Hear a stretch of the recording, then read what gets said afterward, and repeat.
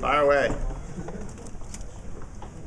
You mentioned the BEP and some discussions about that. Are you considering tweaking it a little bit in addition to the growth in response to maybe some of the threatened lawsuit and that sort of thing? Yeah, so we won't tweak it for this year. This year the formula will play out, the way the formula always has. I think we have ongoing discussions about just how we should think about the BEP. Is it working? I've said before, I think it obviously seems problematic that everybody seems to think that somehow they're getting a raw deal with the BEP. There's a fixed pie, and it's complicated to figure out how to divide the fixed pie, and this is a formula that's been around for a number of years now. So it won't be changed for this fiscal year, but we're having ongoing discussions about at what point in time does it make sense to look at it. When you say for this fiscal year, you mean 14-15? For 15, which is what we proposed. Yeah, right. Yeah. Commissioner, could you talk a little more about the increased money you mentioned in there for teacher evaluations? So right now we do certain pieces of teacher evaluation, so it's driven at the district level, but we provide training and support for the evaluators, and so we certify the evaluators and so on. And if we stopped providing that service, districts would have to figure out how to do it themselves, and smaller districts just really don't have the resources to do it. So we need to keep being able to do that moving forward. What was the figure? 1.3 million. And that's money that's running out from Race to the Top. Correct, yeah. But that's one of the few things that you all are saying, this is worth putting the state's money behind? Well, it's less that it's sort of worth putting the state's money behind. It's one of the few things that truly is a cost that's hard to absorb through, our general budget. That's something where we actually need additional resources in order to keep doing this. Commissioner, there was a Williamson County group that has expressed concerns about the reforms, saying that they're not being measured, that they're rapid fire. Could you comment on that? I've said this before as well, but we're very focused on results for kids, and I think we feel like we're number one right now in the country for growth in student outcomes. That doesn't mean everything's perfect, but it does mean that directionally we feel really good about how things are going, and we wake up every day focused on results for kids. There's been a debate over which reforms were actually responsible for the student improvements that were announced last week. Is there anything specifically that you think caused that, or is it all of them together, maybe? Yeah. So NAEP does a great job of telling you what the outcomes are. It doesn't do a great job of saying why the outcomes were what they were. So you're sort of left with hypothesizing, but certainly we think that two of the big drivers were standards and increasing standards, which predated us, so it started in 2009, continued with some of the implementation on Common Core that we've done over the last couple of years.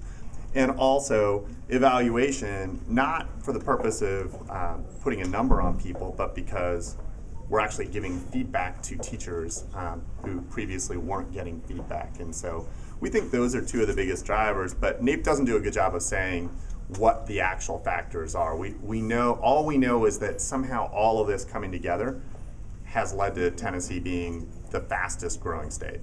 So you don't think that abolishing collective bargaining for teachers was a big driver of the results here? It's just hard to say. I mean, there's no way to look at NAEP and say, it's just really a difficult thing to say. And anytime you get out there, I think, saying it was definitely this or it was definitely that, it's hard to support with the evidence, so people have a lot of hypotheses. Could you elaborate on the teacher salaries that you're going to get back with about those figures? Talk to the governor. What exactly will be the discussions on that? Well, the governor has said it's going to be a priority for him in the budget every year that he's in office, and so he has to, from a starting point, look at what does the overall budget look like, and then think about, given the handful of things that he has said are going to be his priorities, then how much money is there to put towards those things. And so that's where we are. I think he has to see how the whole budget comes together to figure out what's doable this year. It sounded though like you were saying, let's not, I think you said big splash, not what your teachers should expect this year. Well, yeah, I mean, I think we said that when we made the announcement as well, that the goal is not to say one time we're going to give a big increase. The goal is that every single year there will be an increase that allows Tennessee over time to have the fastest growth. And I think it's important to understand that because, I do think this is a long-term process. But starting every year with the governor saying this is a priority in his budget is a pretty good thing. And what if local districts, they say we can't afford this? I don't know that they're saying that, but they're going to have to match this effectively, right?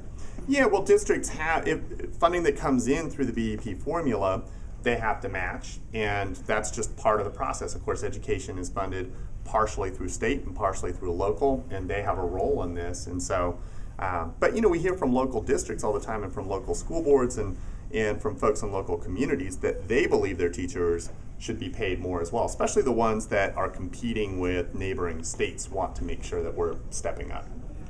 You had mentioned during your presentation that there were problems, or not problems, but that some of the larger districts had not submitted technology plans yet. What districts specifically? And I mean, we're pretty far along in this. How can that be? Well, it doesn't mean that they're not thinking about it. It means that they haven't settled on what their plan is. The bigger the district, of course, the more complicated it gets to have the exact right plan. I actually think it's not bad for people to be thoughtful in stepping back and making sure they have the right plan before they spend the dollars. So I could get you the list. There are, I think, 5 or 6 districts that haven't submitted, and a couple of the bigger ones are on that list. But I actually don't think it's a reflection of lack of planning. I think it's a reflection of thoughtful planning. And this, again, is this in preparation for Park, or is this just technology plans, period? So in order to access the funding, they have to have a technology plan towards park readiness. Now, as a practical matter, park readiness means a computer for every 6 or 7 kids and solid internet access. And so those are the things that you would want anyway for instruction. Over the weekend, the TSBA took a vote, and overwhelmingly it looked like the members were opposed to tying test scores to teacher licensure. Where are we at? I know when the Board of Education had approved that, we're going to hear continuing discussion about this to kind of iron that out. What kind of role do you play there?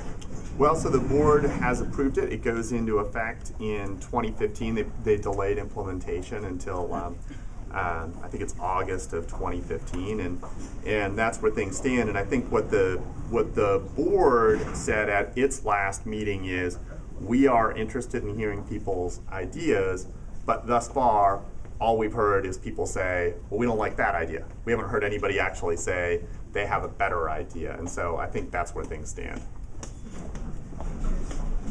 Thank you.